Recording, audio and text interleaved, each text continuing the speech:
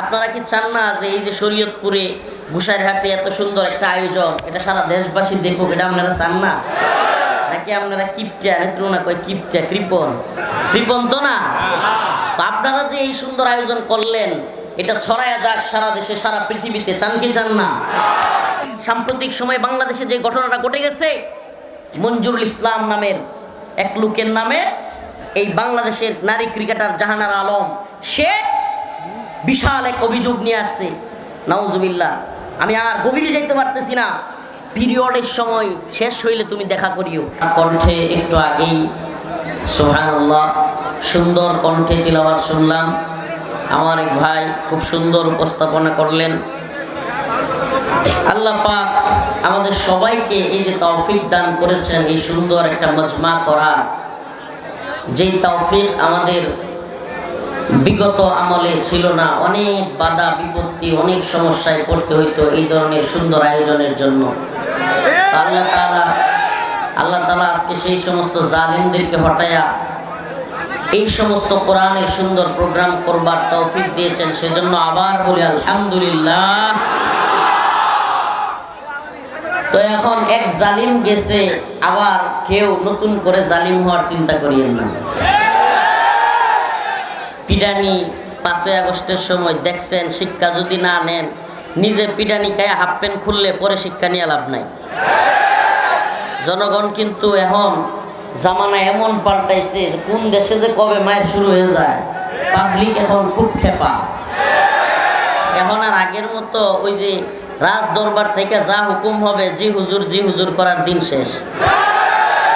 অতএব যদি ভালো না হন, আওয়ামী লীগের মতো জুলুম করার চিন্তা ভাবনা করেন, তাইলে মায়ের আওয়ামী লীগের মতো খাওয়ার জন্য রেডি থাকেন। আল্লাহ তাআলা হেদায়েত দান করুন।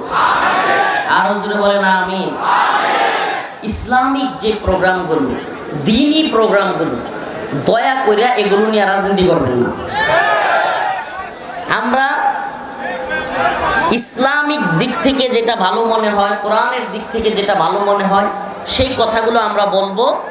এর দ্বারা আপনার মধ্যে যদি কোনো সমস্যা থাকে, এমনকি আমার মধ্যেও যদি সমস্যা থাকে, আমরা সকলেই শুধরায়া যাব। কোরআন তো আসছেই নিজেকে এবং আমরা সকলে মিলে শুধরানোর জন্য, কি বলেন? এখন যদি নিজের মধ্যে সমস্যা, নিজের মধ্যে ঝামেলা, এখন নিজে সংশোধন না হইয়া উলামায়ে কেরামের মুখে লাগাম দিতে যায়, মলম লাগাইতে যায়, এটা কি হইল? মলম আপনার গায়ে সমস্যা থাকলে, আপনার মধ্যে সমস্যা থাকলে মলমটা আপনার গায়ে লাগান। সুবহানাল্লাহ, কোরআনের মলম লাগান। কোরআন যে কথা বলছে, যে মেসেজ কোরআন দিতে চায়, ওই কথাগুলো আপনি নিজের মধ্যে নেন, দেখবেন সুবহানাল্লাহ হুজুরদের কথা তিতা লাগবে না, মিষ্টি লাগবে। আল্লাহ তাআলা বুঝার এবং আমল করার তৌফিক দান করুন। ওই হুল্লোড় করবেন না, এই মিডিয়াগুলো দরকার আছে। সুবহানাল্লাহ, আমাদের এই ছোট্ট মিডিয়া, এখন তো মেইনস্ট্রিম মিডিয়া তো তাগুতের দালাল, ভারতের দালালি করে। মেইনস্ট্রিম মিডিয়া যেটা টিভি চ্যানেল কিংবা এগুলো এখনও ভারতের দালাল। তো আমাদের কথাগুলো মোদি পর্যন্ত, হাসিনা পর্যন্ত, কিংবা এই ট্রাম্প পাগলা কাকুর কাছে পৌঁছার জন্য একটা সিস্টেম তো লাগবে। এটাই হলো সেই সিস্টেম।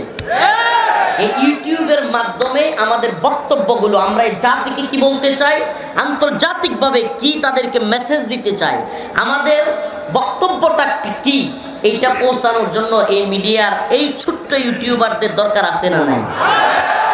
অতএব এদেরকে দেখে লাফালাফি ফালাফালি করিয়েন না, হুদাই রাগারাগি দেখায়েন না। এতে করে হয় কি, এতে করে হইলো আপনারাই শুনতে পারবেন সবগুলো বন্ধ করে দিয়া, বাহিরে যারা আছে সারা দেশের সবাই বঞ্চিত হবে। ঠিক কি ঠিক না? আপনারা কি চান না যে এই যে শরীয়তপুরে গুসাইরহাটে এত সুন্দর একটা আয়োজন, এটা সারা দেশবাসী দেখুক? এটা আপনারা চান না? নাকি আপনারা কিপটা নেত্রুনা কয় কিপটা কৃপণ? কৃপণ তো না।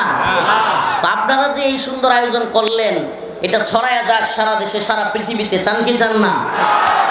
তাইলে এগুলো থাক। আল্লাহ তাআলা বুঝার তৌফিক দান করুন। আর হুজুরে বলেন আমিন। আমি আপনাদের সামনে একটা আয়াত তিলাওয়াত করেছি, এই আয়াতের সামনে রেখে আমি কিছু কথা বলবো আপনাদের সামনে। আল্লাহ রাব্বুল আলামিন বান্দার সাথে একটা ব্যবসা করতে চান। সুবহানাল্লাহ, আল্লাহর সাথে বান্দার ব্যবসা, এর চাইতে উত্তম কোনো ব্যবসা হইতে পারে? ইন্নাল্লাহা ইশতারা মিনাল মুমিনিন।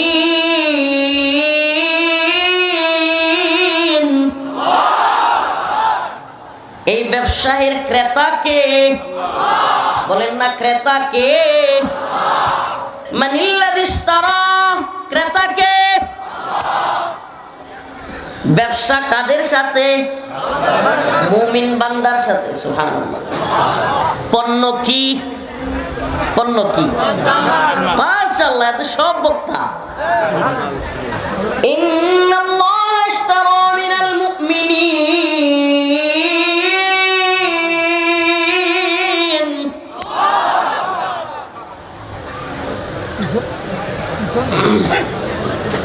পানি দেন তো। ইন্নাল্লাহা ইশতারা মিনাল মুমিনিনা আনফুসাহুম ওয়া আমওয়ালাহুম। পণ্য হলো জান আর মাল। পণ্য কি?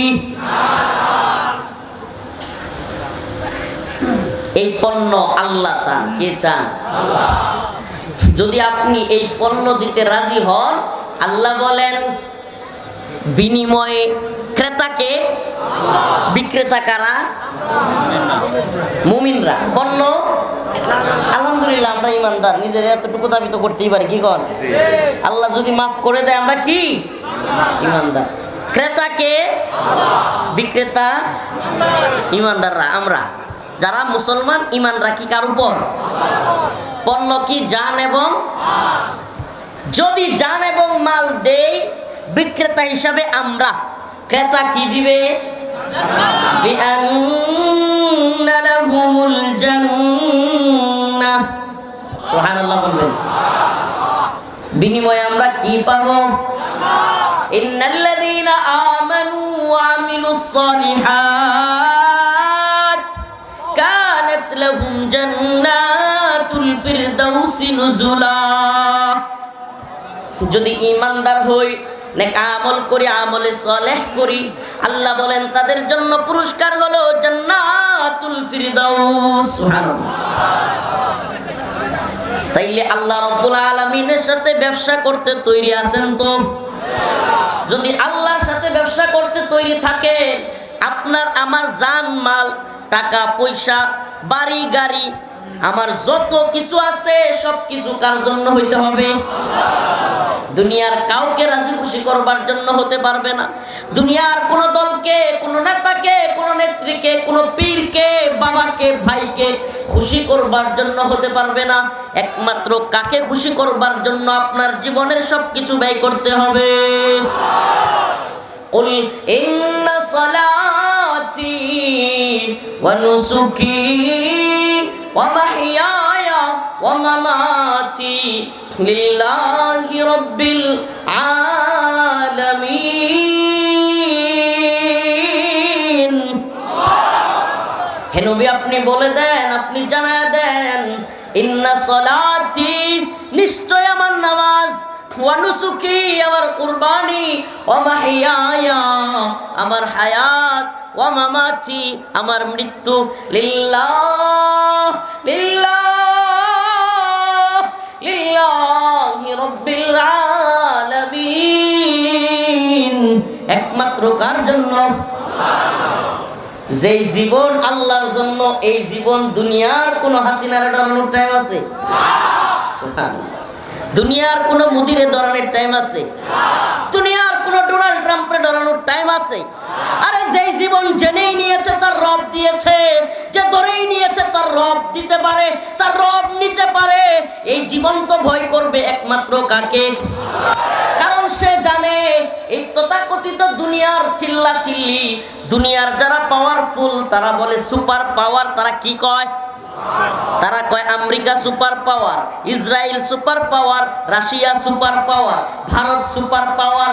কিন্তু মুমিন বলে না না না, সুপার পাওয়ার স্রেফ আল্লাহ, সুপার পাওয়ার স্রেফ আল্লাহ, লা ইলাহা ইল্লাল্লাহ। সুপার পাওয়ার স্রেফ আল্লাহ, লা ইলাহা ইল্লাল্লাহ। সুপার পাওয়ার স্রেফ আল্লাহ। সুপার পাওয়ার কে? তিনি যদি সুপার পাওয়ার না হইতেন ওই 313 জন মানুষ যারা কিনা নিজের দেশ থেকে দেশ ত্যাগ করতে বাধ্য হয়েছিলেন, জালেমদের জুলুমে, আবু জাহেল উতবা সাইবাদের জুলুমের শিকার হইয়া, মক্কার কাফেরদের জুলুমের শিকার হইয়া নিজের দেশ ত্যাগ করতে বাধ্য হয়েছিল। যেই অল্প কয়েকজন মানুষ, অল্প না অনেক বেশি? কয় না অল্প না অনেক বেশি? অল্প কেমন অল্প? একেবারেই কথা কন না। তৎকালীন সারা পৃথিবী ছিল কুফফারদের। সারা পৃথিবী কাদের? রোম কাদের ছিল? পারস্য কাদের ছিল? মক্কা মদিনা সব কাদের দখলে ছিল? পুরো পৃথিবী, ভারত উপমহাদেশ সহ সারা পৃথিবী। আল্লাহর নবী সাল্লাল্লাহু আলাইহি ওয়াসাল্লাম যখন মক্কায় আগমন করলেন, সারা পৃথিবীর সমস্ত পৃথিবী ছিল কুফফারদের নিয়ন্ত্রণে। ঠিক ঠিক না? এই একজন মানুষ মাত্র 313 জন মানুষকে কোরআনের নূর ভিতরে দিয়া দিলেন, কোরআনের আলো তাদের ভিতরে ঢুকায়া দিলেন। এই পৃথিবীর সমস্ত তাগুতি সিস্টেম থেকে, দাজ্জালি সিস্টেম থেকে তাদেরকে পৃথক করে, লাত উজ্জার ইবাদত থেকে পৃথক করে এক আল্লাহর সাথে 313 জনকে জোড়ায়া দিলেন। সুবহানাল্লাহ। একদিন আল্লাহর নবীর কাছে পয়গাম আসলো। পয়গাম আল্লাহর নবীকে বলা হলো, আবু সুফিয়ান বিরাট এক বাহিনী নিয়া, দলবল নিয়া সিরিয়া থেকে বিশাল এক পণ্য সামগ্রী নিয়া মক্কার দিকে আসতেছে। আল্লাহর নবী সাল্লাল্লাহু আলাইহি ওয়াসাল্লাম তার সাহাবাদেরকে নিয়ে মিটিং করতে বসলেন। কি? মাশওয়ারা করা, সুন্নাহ। মাশওয়ারা করা। কোন সফরে যদি 3 জন ব্যক্তিও থাকে, হাদিসের মধ্যে আসছে 3 জনের মধ্যে তোমরা একজনকে আমির বানাও। কি বানাও? আমির বানাও। ইতাআত, একজনকে ইতাআত করো। নাইলে একজন কইব ট্রেনে যামু, আরেকজন কইব বাসে যামু, আরেকজন কইব না আমরা সিএনজি দিয়া যামু, বমি করি। বলবে কি বলবে না? আরেকজন বলবে না আমার হায়েস গাড়ি ছাড়া হবেই না। ও আঙ্কেল শরীয়তপুরের বাবাজি, ও বাবা তো রাগ করে না, বসেন। আমরা বলতেছি বাবা আপনার একটা মাইক দিব, আপনি বসেন প্লিজ।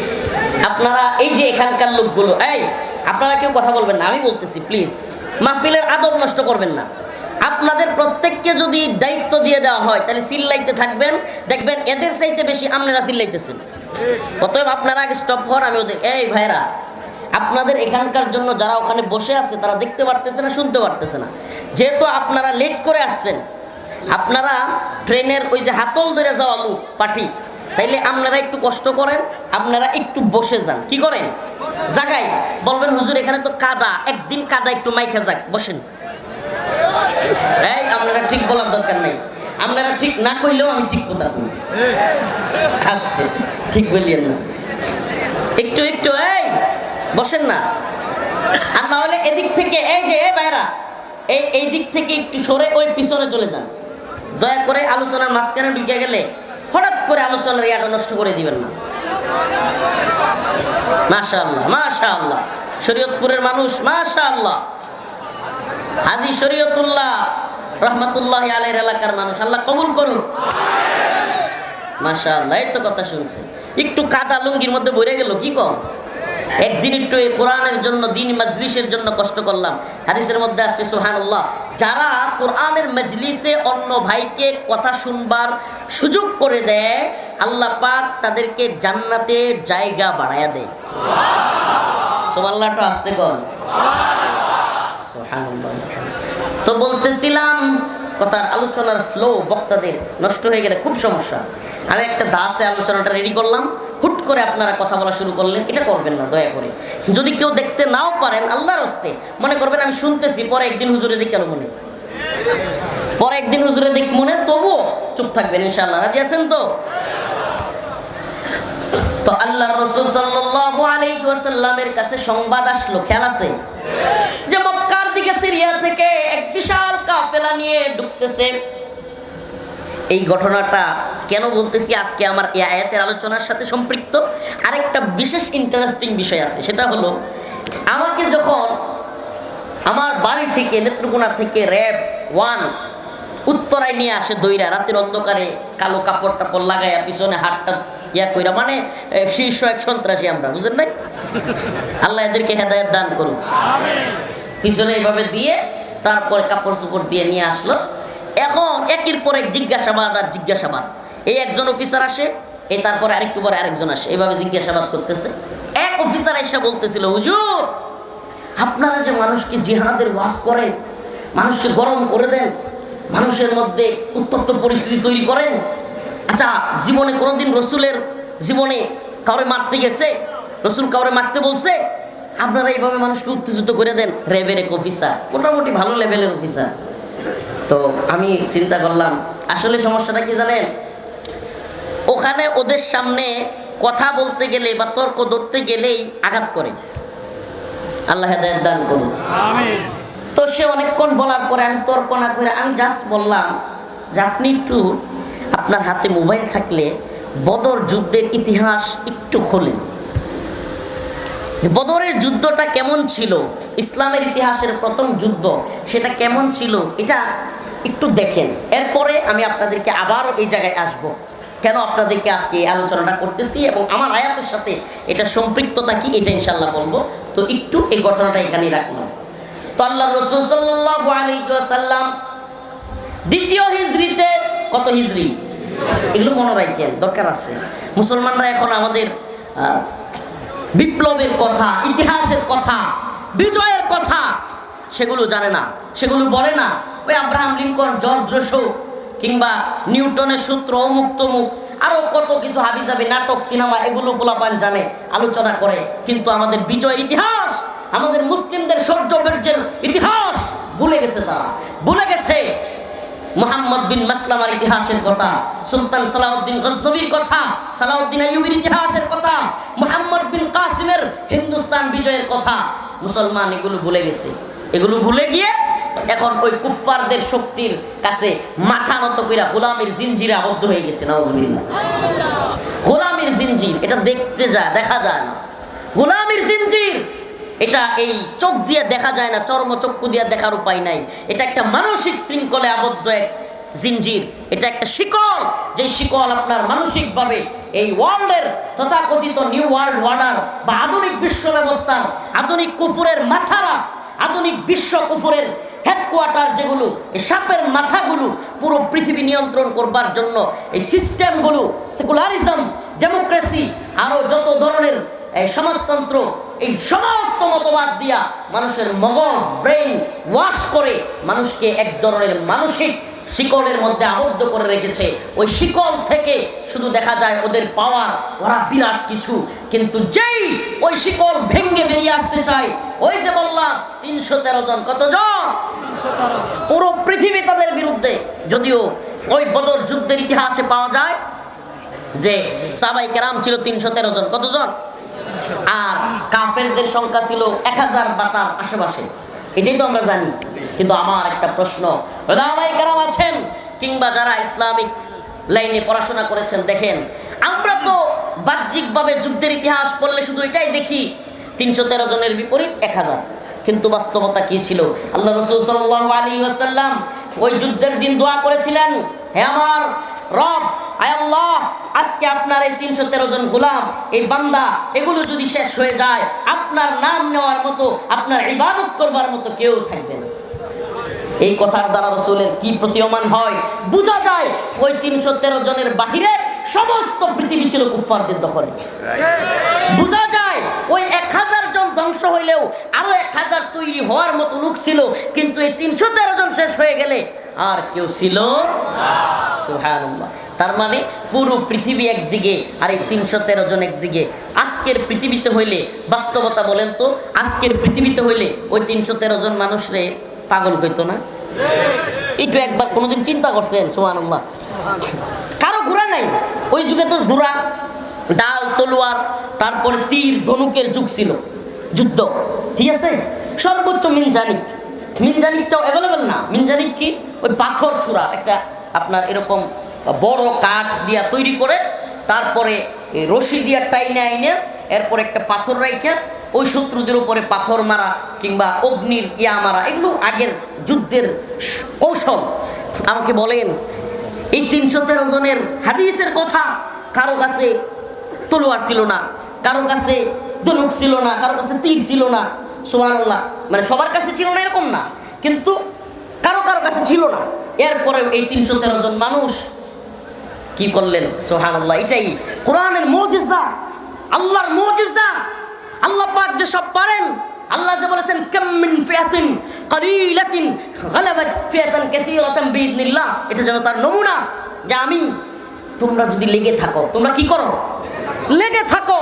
ইসবিরু ওয়াসাবিরু ওয়ারাবিতু, সবরের সাথে ধৈর্যের সাথে কামড় দিয়া যদি বিশ্ব কুফফারদেরকে তোমরা ধরে রাখতে পারো, একদিন বিজয় তোমাদের হবে। মুসলমান ইমানদার, আমরা কি দেখছি? ফিলিস্তিনে যখন আমরা দেখলাম ইসরায়েলে মুজাহিদরা হামাস আক্রমণ করলো ইসরায়েলের বিশেষ একটা দিনে, তখন পুরা কুফফাররা ফাইটে গেল। ইসরায়েলের নেতানিয়াহু বলা শুরু করলো 24 ঘন্টার মধ্যে হামাসকে নিশ্চিহ্ন করে দেওয়া হবে। আমরা শুনি না এই গল্প? 24 ঘন্টা গেছে, 24 দিন গেছে, 24 মাস গেছে, হামাস নির্মূল হয় নাই। হামাস আর নতুন উদ্যমে নতুন শক্তিতে গর্জে উঠতেছে। সুবহানাল্লাহ, আমার রবের ওয়াদা সত্য। আমার রব ওয়াদা দিয়েছেন ইসবিরু ওয়াসাবিরু ওয়ারাবিতু, সবরের সাথে ধৈর্যের সাথে কুফফার বিশ্বের সাথে ইসলাম নিয়ে লড়ে যেতে হবে, দিন প্রতিষ্ঠার সংগ্রামে নিয়োজিত থাকতে হবে। ইনশাআল্লাহ কুফফাররা হেরে যাবে, বিজয়ী হবে মুসলমান। এই কোরআনী মুজিজা, কোরআনী নূর।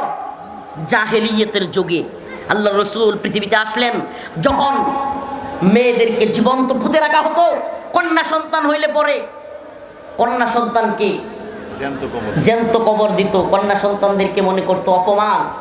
আমাদের সমাজে আস্তাগফিরুল্লাহ, এখনো জাহেলি সমাজে কিছু কথা আছে, যেই পুরুষের মেয়ে বেশি হয় তারে কয় তুই একটু দুর্বল মনে হয়, খুশা দেয় কি দেয় না? আস্তাগফিরুল্লাহ। ওই জাহেলিয়তের জামানায় এটা এত বেশি ছিল যে কারো কন্যা সন্তান হইলে সেই পুরুষকে পুরুষত্বহীন কিংবা বিভিন্ন খুঁটা দিত, তুই কিরকম পুরুষ এগুলো বলতো। এজন্য তারা মেয়ে হইলে জীবন্ত পুঁতে রাখতো। সুবহানাল্লাহ, সেই জীবন্ত পুঁতে রাখা জামানা থেকে আল্লাহর রাসূল এসে বললেন কুলু লা ইলাহা ইল্লাল্লাহ, তোমরা বলো আল্লাহ এক, তুফলিহুন, সফল হবে। আর কোন নারীকে তোমরা জীবন্ত পুঁতে রেখো না। সুবহানাল্লাহ। আমাকে বলেন, সেই মানুষটা নারীর অধিকার কম দিয়েছেন? আমার আল্লাহ নারীর অধিকার কম দিয়েছেন। হাদিসের মধ্যে আসছে আল জান্নাতু তাহতা আকদামিল উম্মাহাত, মায়ের পায়ের নিচে সন্তানের বেহেশত। বলেন পৃথিবীতে কোন তন্ত্র মন্ত্র, কোন নারীর ক্ষমতায়ন, কোন অধিকার এর চাইতে বড় অধিকার দিতে পারবে? বলেন আমাকে, দিতে পারবে? আল্লাহ রাসূল এমন জামানায় আসলেন, ইতিহাস সাক্ষী, ইতিহাস নির্ভুল ইতিহাস, যেই জামানায় মেয়েদেরকে পুঁতে রাখা হতো, রাসূল নিষেধ করলেন। ও মুসলমান ইমানদার, অথচ আজকে নারীর ক্ষমতায়নের নামে, নারী অধিকারের নামে নারীদেরকে অশ্লীলতা, বেহায়াপনা, বেলাল্লাপনায় লিপ্ত করা হচ্ছে। হচ্ছে কি হচ্ছে না? নারীদেরকে ফুটবলার, ক্রিকেটার, ডান্সার হওয়ার নামে, নারী অগ্রগতি, নারী প্রগতি, নারী উন্নতির নামে আজকে আমাদের মা বোনদেরকে জাহান্নামের পথে ছেড়ে দেওয়া হয়েছে। ও নিরাপত্তায়, নিরাপত্তাহীনতায় ছেড়ে দেওয়া হয়েছে। আজকে বাংলাদেশে জাহানারা আলম নামের জাতীয় দলের একজন ক্রিকেটার মেয়ে, সেও বলতে বাধ্য হয়, আমাকে আমার বোর্ডের, আমার এই ক্রিকেট বোর্ডের কর্মকর্তারা আমাকে জড়ায়া ধরে, আমার গায়ে টাচ করে, আমাকে কানাকানি আইসা বলে, জাহানারা তোমার পিরিয়ড শেষ হইলে সাক্ষাৎ করো। নাউজুবিল্লাহ বলবেন না? নাউজুবিল্লাহ বলবেন না? ও মা, ও বোন, তোমাকে বলছি, তোমাকে বলছি, তুমি যেটাকে মনে করতেছো প্রগতি, উন্নতি, ফ্রিডম, স্বাধীনতা, আরে এটা তোমার স্বাধীনতা নয়, এটা তোমাকে ভোগ্য পণ্য বানানো। তোমার নিরাপত্তা কোথায়? তোমার নিরাপত্তা তোমার বাবার আশ্রয়ে, তোমার নিরাপত্তা তোমার স্বামীর ঘরে, কখনোই ওই তোমার শরীরের অঙ্গ প্রত্যঙ্গ দেখায়া খেলাধুলা কিংবা ডান্স দেওয়ার মধ্যে তোমার অধিকার নাই, তোমার ক্ষমতা নাই। আপনাদেরকে একটা ছোট্ট কথা বলি, আমি এক লাইনের যুদ্ধের ইতিহাস থেকে একটু সরে আসছি, আপনাদেরকে এগুলো না বললেই নয়। সাম্প্রতিক সময়ে বাংলাদেশে যে ঘটনাটা ঘটে গেছে, মঞ্জুরুল ইসলাম নামের এক লোকের নামে এই বাংলাদেশের নারী ক্রিকেটার জাহানারা আলম, সে বিশাল এক অভিযোগ নিয়ে আসছে। নাউজুবিল্লাহ, আমি আর গভীরে যাইতে পারতেছি না। পিরিয়ডের সময় শেষ হইলে তুমি দেখা করিও, এটা একটা মেয়েকে বলা, তার মানে কি বুঝায়? এই নাকি নারীদের নিরাপত্তা, এই নাকি এখন দেখবেন এই নারীবাদীরা যেগুলো ঘেউ ঘেউ করে, অন্য সময় টিপ টিপ পড়াইতে দেয় নাই, মনে আছে আপনাদের? এক পুলিশের চাকরি চলে গেল, সারা দেশে তোলপাড়, আরে কত কিছু। কিন্তু এখন এই যে নারীকে এত অবমাননা করা হলো, এই নারীবাদীদের কেউ আপনি শুনছেন? শুনবেন না। কেন? কারণ হলো এই নারী ক্রিকেটার। এখন যদি আমরা কেউ বেশি করি, এই নারীদের ক্রিকেট খেলা, নারীদের ফুটবল খেলা, হাফ প্যান্ট পরে, শর্ট প্যান্ট পরে, ছোট ছোট জামা পরে বেড়ানো, এগুলোর ব্যাপারে উলামায়ে কেরাম যা বলে তা সত্য প্রমাণিত হবে। প্রিয় ভাইরা আমার, বন্ধুগণ আমার, আমি আমার মা বোনদেরকে বলবো, তোমাদেরকে এই বিশ্ব ব্যবস্থা, এই তথাকথিত আধুনিক জাহেরি বিশ্ব ব্যবস্থা বুঝিয়েছে এটা তোমাদের উন্নতি, অগ্রগতি। আমি আপনাদেরকে ছোট্ট একটা ঘটনা বলি। আমেরিকান বড় বড় বিজনেসম্যান যারা সিগারেটের ব্যবসা করে, সিগারেটের, ওরা একবার বৈশ্বিকভাবে চিন্তা করলো যে আচ্ছা, সিগারেটের এই ব্যবসায় কিভাবে আরো উন্নতি করা যায়, সিগারেটের সাপ্লাই আরো কিভাবে বাড়ানো যায়। এটা হলো পুঁজিবাদী সিস্টেমের বড় বড় ব্যবসায়ীদের লুক রেডি করা থাকে, ব্যবসার ক্ষেত্রে আরো কিভাবে উন্নতি করতে পারবে, এজন্য কিছু ব্রেইনিস্ট লোক তারা রেডি করে রাখে, এদেরকে বেতন দেয়, এদের কোনো কাজ নাই, এরা শুধু পরামর্শ দিবে যে এই ব্যবসাকে আরো কিভাবে ডেভেলপ করা যায়। তো আমেরিকার ওই যেগুলো কিনা ব্রেইনার, এরা চিন্তা করলো, এরা বিজনেসম্যানদেরকে বলবো, ব্যবসায়ীদেরকে বললো যে আপনারা যদি একটা চিন্তা করেন যে আমাদের সারা পৃথিবীতে শুধু পুরুষরাই সিগারেট খায়। কারা খায়? পুরুষরা। এখন পুরুষরা সিগারেট খায়, কিন্তু পুরুষদের চাইতেও 1.5 গুণ কিংবা 2 গুণ হলো মহিলা। সারা পৃথিবীতে পুরুষের চাইতেও 2 গুণ কিংবা 1.5 গুণ কি মহিলা। যদি এত বেশি মহিলা থাকার পরে বিড়ি সিগারেট না খায়, তাইলে কিন্তু সিগারেটের ব্যবসা আরো বাড়বে। এজন্য তারা পরামর্শ দিল যে আপনারা যদি নারীদের মধ্যেও এই সিগারেটের কথা ছড়াই দিতে পারেন, তাদেরকেও সিগারেট খাওয়ার দিকে উদ্বুদ্ধ করতে পারেন, তাইলে ব্যবসা আরো বাড়বে। চিন্তা করছেন প্ল্যানিংটা? এখন এটা কিভাবে করতে হবে? তারা 100 নর্তকী ভাড়া করলো। 100 কত? 100 যেগুলো বেহায়া, যেগুলো অশ্লীল, এগুলোকে হাফ প্যান্ট পরাইয়া এবং ছোট্ট ছোট্ট কাপড় পরাইয়া আমেরিকার রাস্তায় ছেড়ে দিল। ছেড়ে দিয়া ওদের হাতে একটা একটা সিগারেট ধরাইয়া দিল। একটা একটা সিগারেট টান দেয়, আমেরিকার রাস্তায় ওই মেয়েরা বলে ফ্রিডম ফ্রিডম, ইন্ডিপেন্ডেন্ট ইন্ডিপেন্ডেন্ট। মানে হলো সিগারেট খাওয়া, এটা হলো স্বাধীনতা। নাউজুবিল্লাহ বলবেন না? ও মুসলমান, দেখেন সূক্ষ্ম প্ল্যানিংটা বুঝেন। এই 100 মেয়ে ফ্রিডম বলছে, এখন আরো যত পৃথিবীতে মেয়েরা আছে তারা কি চিন্তা করবে যে আমিও যদি ছোট ছোট জামা পইরা সিগারেট রাস্তায় পুরুষদের মতো খাইতে পারি, পুরুষরা খাইতে পারে, আমি কেন পারবো না? এই স্বাধীনতা তারাও চায়। ব্যবসা আরো বাড়বে কি বাড়বে না? বলেন বাড়বে কি বাড়বে না? ও উম্মতে মুসলিমা, একই প্ল্যানে এরা আগাচ্ছে। ইসলামকে ধ্বংস করবার জন্য, মাদ্রাসার ধ্বংস করবার জন্য, মসজিদ ধ্বংস করবার জন্য, ইসলামিক সমস্ত কিছুকে ধ্বংস করে দেওয়ার জন্য এদের প্ল্যানিং এর অভাব নেই। কিন্তু আমরা যদি আল্লাহর নবীর মতো অল্প অল্প করে, সাহাবাই কেরামকে যেভাবে রাসূল সাল্লাল্লাহু আলাইহি ওয়াসাল্লাম দ্বীনের দাওয়াত দিয়ে দ্বীনের জন্য তৈরি করেছিলেন, এই উম্মতের জন্য জানবাজ মর্দে মুজাহিদ তৈরি করেছিলেন, আমরাও যদি একই প্রক্রিয়ায় আগাতে পারি, উলামায়ে কেরামকে ভালোবাসি, তাদের সাথে থাকি এবং নিজেরাও নামাজ পড়ি, নিজেরা দাওয়াত দেই, নিজেরা দায়ী হই, ইনশাআল্লাহ গোটা পৃথিবীতে ইসলামী বিপ্লব হবে। তো যে কথা বলতেছিলাম, মক্কা থেকে আল্লাহ রাসূল সাল্লাল্লাহু আলাইহি ওয়াসাল্লামকে মদিনায় হিজরত করতে বাধ্য করা হলো। একটা কাফেলা আবু সুফিয়ানের নেতৃত্বে, পরবর্তীতে যিনি মুসলমান হয়েছিলেন রাদিয়াল্লাহু আনহু, ওনারা একটা কাফেলা নিয়ে উনি আসতেছিলেন। তখনও তিনি কাফের।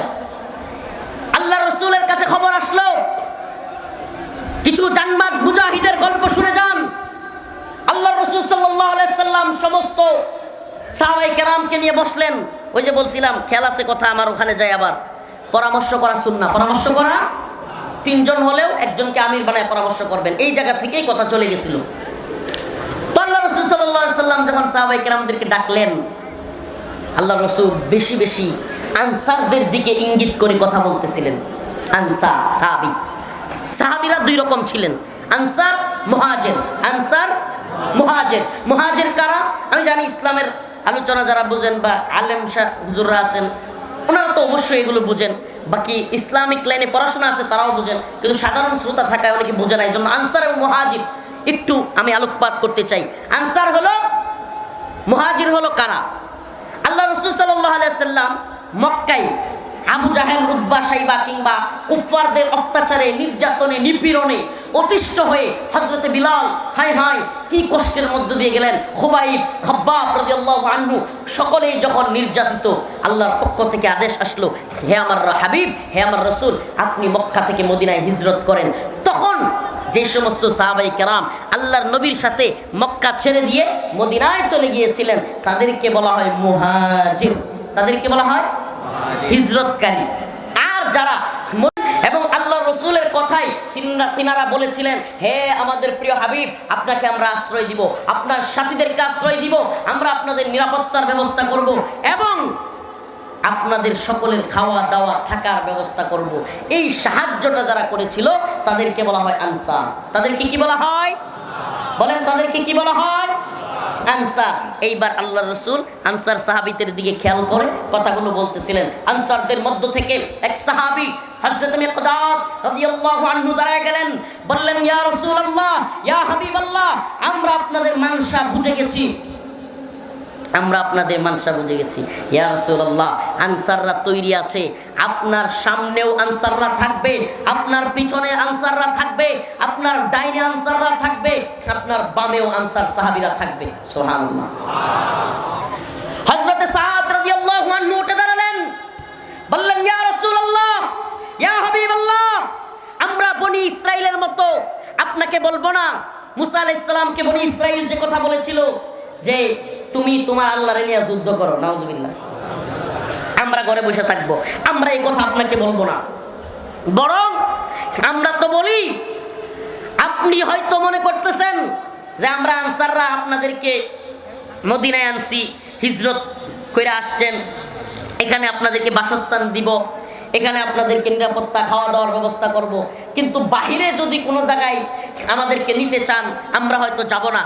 ইয়া রাসূলুল্লাহ, এটা আপনি চিন্তাও করবেন না, আমি সাদ নই, এই সমস্ত আনসার সাহাবারা আপনার এক কথাই, আপনার ঘোড়াটা যদি নদীতে ঝাঁপ দেয়, বিনা কথাই এদিক সেদিক তাকাতাকি বাদ দিয়ে সাদ সহ সমস্ত আনসারদের ঘোড়াগুলো নদীতে ঝাঁপিয়ে পড়বে।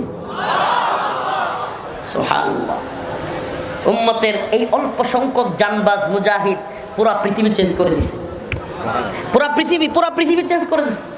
মক্কায়, মদিনায় 313 জন যখন বলতো রোম বিজয়ী হবে, পারস্য বিজয়ী হবে, বর্তমান রোম, ইতালি, তৎকালীন সুপার পাওয়ার, এগুলো পরাজিত হবে এবং আল্লাহর রাসূল বিজয়ী হবে, মুসলমানরা বিজয়ী হবে, বর্তমান মুনাফিকদের মতো ওই সময়ের মুনাফিকরা হাসতো।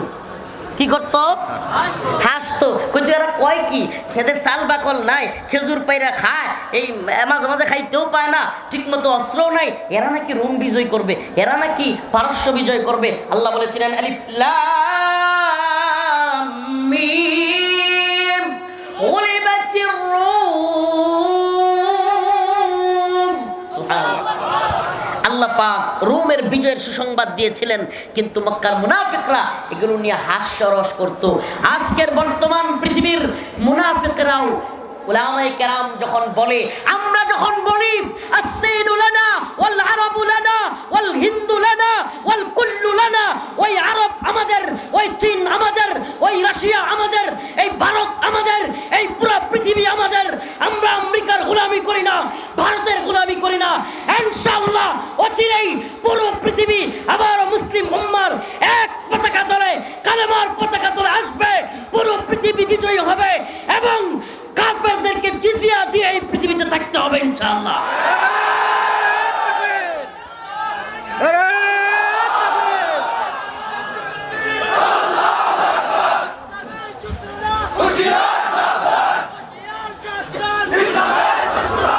হে মুসলিম উম্মাহ, ভুলে গেছেন, আমরা ভুলে গেছি, ইতিহাস পড়ি না, ইতিহাস জানি না। আজকের জামানায় 313 জন মানুষের গল্প, এগুলা শুনতে শুনতে আমাদের নরমাল হয়ে গেছে। কেন আরো নরমাল কেন হয়েছে? এখন বদ্রি কমিটি করে, 1000 টাকা বদ্রি কমিটি, আর মানুষ চিন্তা করে এটা আবার কোন বদর? 1000 টাকা বদ্রি কমিটি করে, টাকা কামানোর ধান্দা, এই বদ্রি কমিটির নাম দিয়ে এগুলো কইরে আরো কি হয়, আরো ওই বদরের সাহাবীদেরকে আরো ইজ্জতের সম্মানের কথা বলে সম্মান আরো কমানো হয়। এই কারণে বদর কি ছিল এটা পাবলিক বুঝে না। আরে বদর ছিল 313 জন বনাম পুরা পৃথিবী। আজকের পৃথিবীতে এটা হলে হাসাহাসি হতো, আজকের পৃথিবীতে এটা হলে কি তাদেরকে নিয়ে বলতো পাগল। সুবহানাল্লাহ, হাদিসে তো আসছে আজকের দুনিয়ায় সাহাবায়ে কেরাম থাকলে সাহাবায়ে কেরামকে মানুষ বলতো পাগল, আর সাহাবায়ে কেরাম বলতো সব দিলে মুনাফিক আর কাফের। আল্লাহ আস্তাগফিরুল্লাহ, আমাদেরকে মাফ করুক। আরো বুঝতে পারেন আমিন। কি মনে করেন আপনারা, কি মনে করেন আল্লাহর নবীর একজন সাহাবী যেই সাআদ পুরো পৃথিবীর বিরুদ্ধে হুঙ্কার দিয়ে রাসূলের সামনে বলেছিলেন, ইয়া রাসূলুল্লাহ আপনি যদি বলেন আপনার ঘোড়াটা নদীতে ঝাঁপ দিবে আর পিছনে আপনার তাকাইতেও হবে না, সমস্ত আনসারদের ঘোড়া নদীতে ঝাঁপ দিবে। এই সাআদ রাদিয়াল্লাহু আনহু আজকে থাকলে কোনো বাংলাদেশে একটা মদের লাইসেন্সের একটা ফ্যাক্টরি, মদের একটা দোকান থাকতে পারতো? সমস্ত উলামায়ে কেরাম সবগুলোকে এবং এই তাওহীদি জনতাকে নিয়ে এই সমস্ত মদের বার ভেঙে দিতেন না? একবার একটু চিন্তা করেন, আল্লাহর নবীর একজন সাহাবায়ে কেরাম থাকলে অগ্রণী ব্যাংক, সোনালী ব্যাংক, রূপালী ব্যাংক, এই তথাকথিত যত সুদের ব্যাংক আছে একটাও থাকতে দিতেন? চিন্তা করছি কখনো? অথচ সাহাবাওয়ালা ইমানের কথা বলি, সাহাবাওয়ালা ইসলামের কথা বলি, কিন্তু মৌলিকভাবে ইসলামের ওই বোঝ এই দৌলতদিয়া পতিতালয় আরো যত পতিতালয় আছে একটা পতিতালয় বাংলাদেশে থাকতে পারতো, পুরো পৃথিবীতে থাকতে পারতো? তো সাহাবাওয়ালা ইমান যদি থাকে, হযরতে সাআদ রাশিদিন কি করেছিলেন? সুবহানাল্লাহি ওয়া বিহামদিহি, আল্লাহ রাসূলকে শুধু বলেন নাই, ওনারা আল্লাহর নবীর সাথে গিয়েছেন। এর মধ্যেই আবু সুফিয়ানের কাছে খবর পৌঁছে গেছে যে আমরা যে কাফেলা নিয়ে যাচ্ছি এই কাফেলা অ্যাটাক করবার জন্য মুহাম্মদ তার বাহিনী নিয়ে আসতেছে সাল্লাল্লাহু আলাইহি ওয়াসাল্লাম।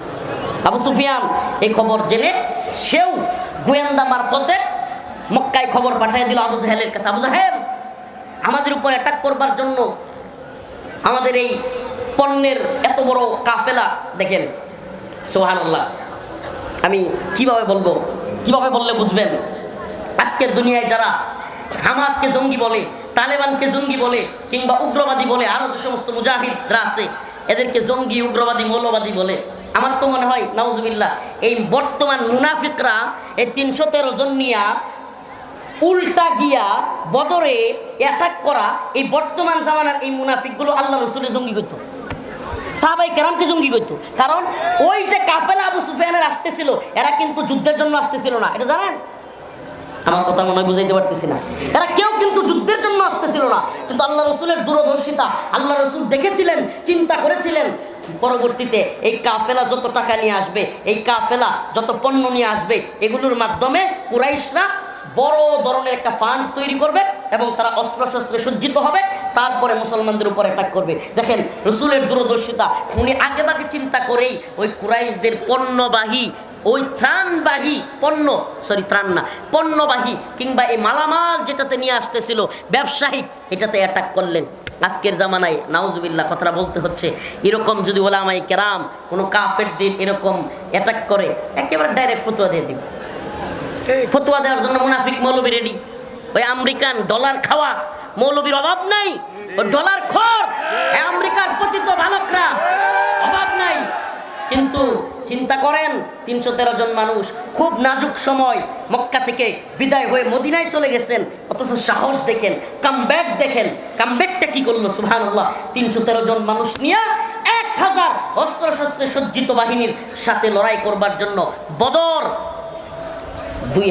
2 হিজরি 17 রমাদান মাসের 17 তারিখ সুবহানাল্লাহ বদর নামক প্রান্তরে মদিনা থেকে 80 কিলোমিটার দূরে বদরে, আলহামদুলিল্লাহ একবার উমরার সুবাদে বদরের পাশে যাওয়া হয়েছে। তো এই বদরের ময়দানে এক রক্তক্ষয়ী যুদ্ধ অনুষ্ঠিত হলো। সুবহানাল্লাহি ওয়া বিহামদিহি, ইসলামের ইতিহাসের প্রথম যুদ্ধ। আল্লাহর কাছে রাসূল সাল্লাল্লাহু আলাইহি সাল্লাম দোয়া করলেন, ইয়া আল্লাহ, ইয়া হাবিব, আয় আমার প্রিয়, আয় আল্লাহ, আয় রব, আপনি এই 313 জন যদি না থাকে, আপনার এই গোলাম যদি গুলো না থাকে, আপনার এই বান্দাগুলো যদি না থাকে, আপনার নাম নেওয়ার মতো, আপনাকে ইবাদত করবার মতো কেউ থাকবে না। আয় রব, আপনি আমাদেরকে সাহায্য করেন। রবের পক্ষ থেকে ওয়াদা চলে আসলো, ইন্নাল্লাহা আশতারা মিনাল মুমিনিন, ইন্নাল্লাহা আশতারা মিনাল মুমিনিনা আনফুসাহুম ওয়া আমওয়ালাহুম বিআন্না লাহুমুল জান্নাহ ইউকাতিলুনা ফি সাবিলিল্লাহ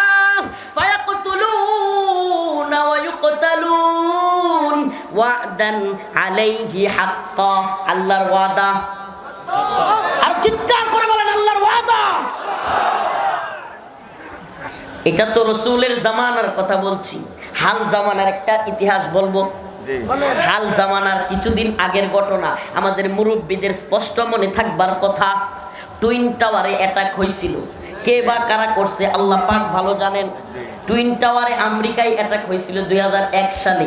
এই সাম্প্রতিক, আমরা তো তখনও একেবারে বাচ্চা বা ছোট, কিন্তু মুরব্বীরা যারা আছেন মনে থাকবার কথা, তৎকালীন আমেরিকান প্রেসিডেন্টের নাম ছিল বুশ, জর্জ ডব্লিউ বুশ। এই George W Bush twin tower অ্যাটাকের পরে একটা হুঙ্কার দিছিল। হুঙ্কারটা কি? তারা যায় না যায় নাই, মুসলিমদের এক মর্দে মুজাহিদ নাম হলো উসামা বিন লাদেন, তারা ডিরেক্ট বলে দিল আমেরিকা ডিরেক্ট তালেবানকে, বর্তমান তালেবানদের লিডার, বর্তমান তালেবানদের প্রতিষ্ঠাতা মোল্লা ওমর রহিমাহুল্লাহ, মোল্লা ওমর রহিমাহুল্লাহকে তারা বলল, ও মোল্লা, যদি উসামারে আমাদের হাতে তুলে না দাও তাইলে আমরা আফগানকে মাটির সাথে মিশায়া দিব। কি বলছিল? হাল জামানার কথা। আল্লাহর ওয়াদা কতটা সত্য সুবহানাল্লাহ। এই ইতিহাসগুলো পড়লে দেখলে আফগানের ইতিহাস সেই বদরের ইতিহাসের সাথে মিলে যায় সুবহানাল্লাহ।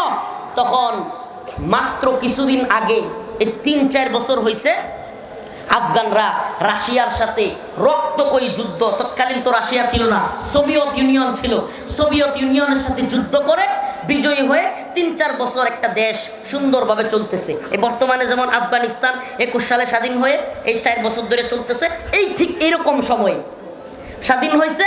রাশিয়া সোভিয়েত ইউনিয়নকে হারায়া দিয়া মোল্লা ওমর রহিমাহুল্লাহর নেতৃত্বে একটা দেশ চলতেছে। এই মুহূর্তে জর্জ ডব্লিউ বুশের হুঙ্কার, যদি ওসামা বিন লাদেনকে আমাদের হাতে দাও তাইলে ভালো থাকবা, নাহলে আফগানকে মাটির সাথে মিশিয়ে দেওয়া হবে, ধূলিসাৎ করে দেওয়া হবে। এই জামানার মর্দে মুজাহিদরা